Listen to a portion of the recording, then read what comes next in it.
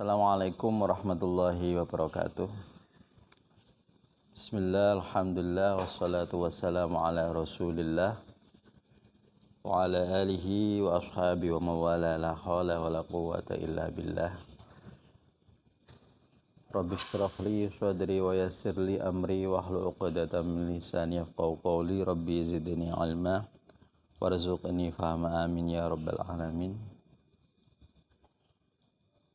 Para pemirsa YouTube channel Masjid Baitul Mukmin yang dirahmati Allah, syukur alhamdulillah senantiasa kita panjatkan kehadirat Allah Subhanahu wa taala yang tak henti-hentinya menganugerahkan kepada kita nikmat yang kita butuhkan. Hingga saat ini kita masih diberi kesempatan untuk melaksanakan ibadah-ibadah yang telah diperintahkannya. Mudah-mudahan juga kita diberikan kekuatan untuk menjauhi apa yang telah dilarangnya. Amin Allahumma amin. Shalawat dan salam marilah kita tetap limpahkan keharibaan baginda Rasulullah Shallallahu Alaihi Wasallam. Mudah-mudahan kelak kita mendapatkan syafaat di hari kiamat. Para pemirsa yang dirahmati Allah, pada kesempatan ini saya ingin membaca dari surat Al-Ankabut ayat 45. A'udzubillahi minasyaitonirrajim. Bismillahirrahmanirrahim. Utlu ma uhiya ilaika minal kitabi wa aqimus shalah innas sholata tanha 'anil fakhsya'i wal munkar wa la dzikrullahi akbar wallahu ya'lamu ma tasna'un. Terjemahnya kurang lebihnya seperti ini. Bacalah kitab Al-Quran yang telah diwahyukan kepadamu Muhammad, dan laksanakanlah sholat. Sesungguhnya sholat itu mencegah dari perbuatan keji dan mungkar. Dan ketahuilah, mengingat Allah, yaitu sholat, itu lebih besar keutamaannya dari ibadah yang lain. Allah mengetahui apa yang kamu kerjakan. Para pemirsa yang dirahmati Allah, dalam ayat ini yang pertama yaitu kita diperintahkan untuk membaca Al-Quran. Karena Al-Quran adalah pedoman hidup kita, tatanan kita untuk menuju ridha Allah Subhanahu wa ta'ala. Jadi tentunya bagi kita yang beragama Islam, bisa membaca Al-Quran adalah merupakan hal sangat penting.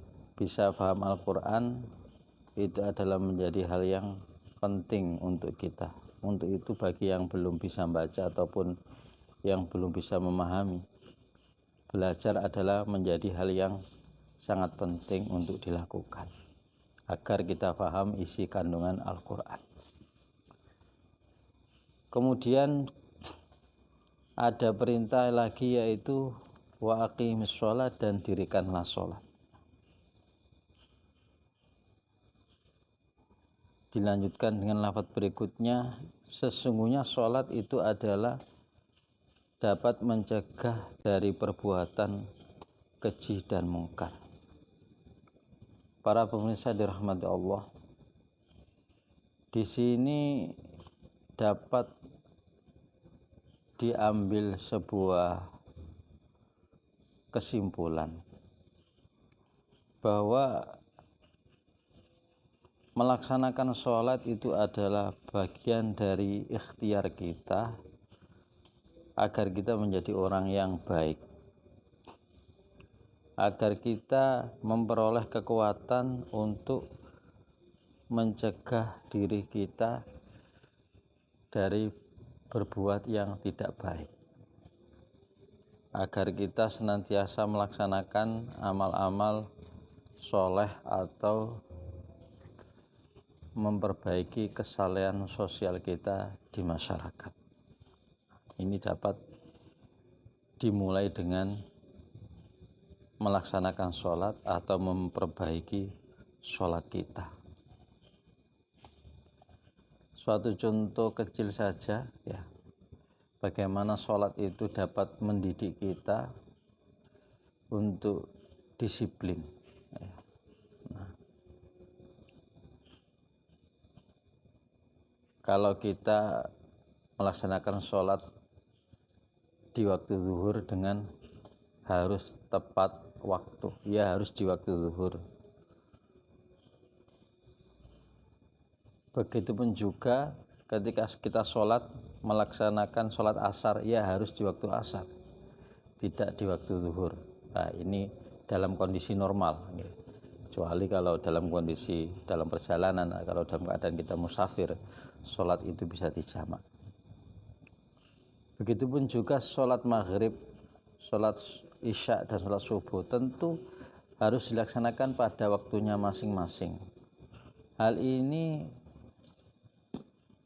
secara langsung sebetulnya adalah mendidik kita untuk disiplin waktu, sesuai dengan waktu yang telah ditentukan oleh Allah Subhanahu wa Ta'ala ibadah sholat itu.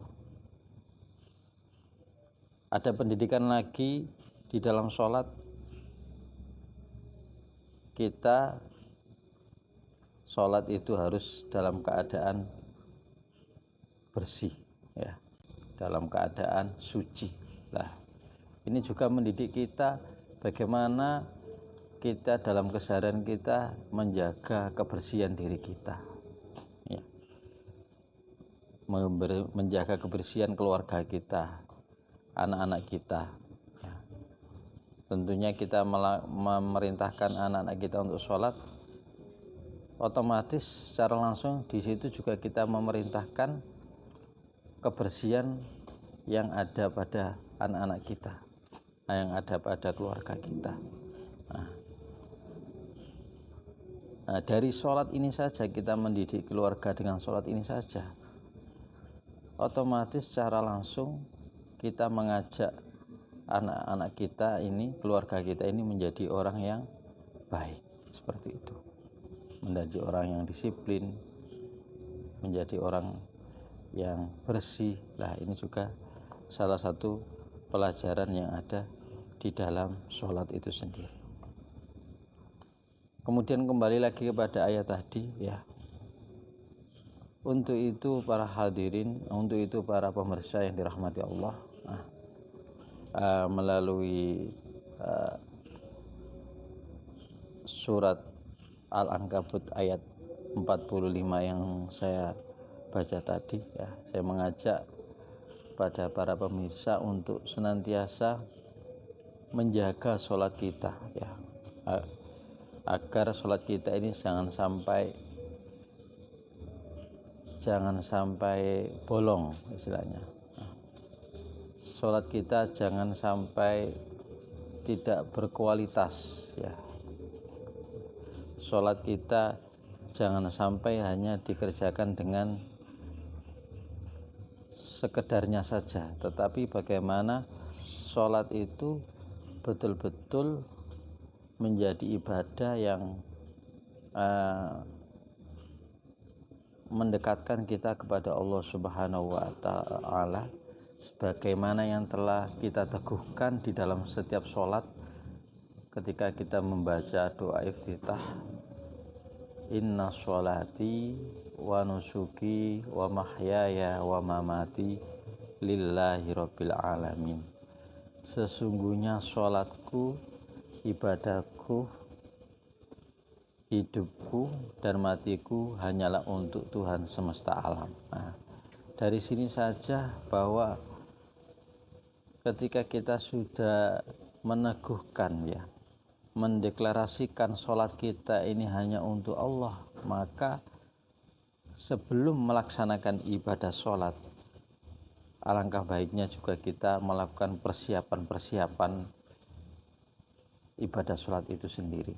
Jadi kalau ibadah kita mau melaksanakan ibadah haji, tentunya kita manasik, latihan manasik dulu.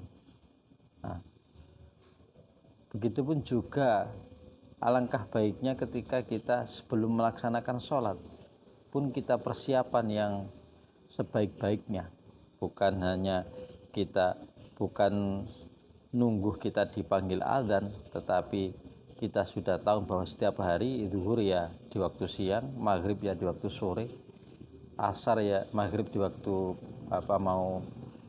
malam, petang itu, kemudian zuhur di waktu asar di waktu sore, itu adalah berjalan setiap hari. Tentunya harus kita lebih baik kita persiapkan betul waktu-waktu itu agar kita bisa kualitas sholat kita, sehingga sholat kita akan membentuk diri kita menjadi orang-orang atau pribadi-pribadi yang terhindar dari perbuatan keji dan mungkar.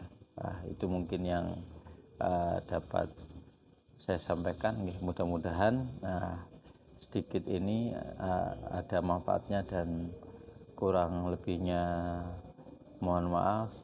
Akhirul kalam, ihdinas syiratal mustaqim. Assalamualaikum warahmatullahi wabarakatuh.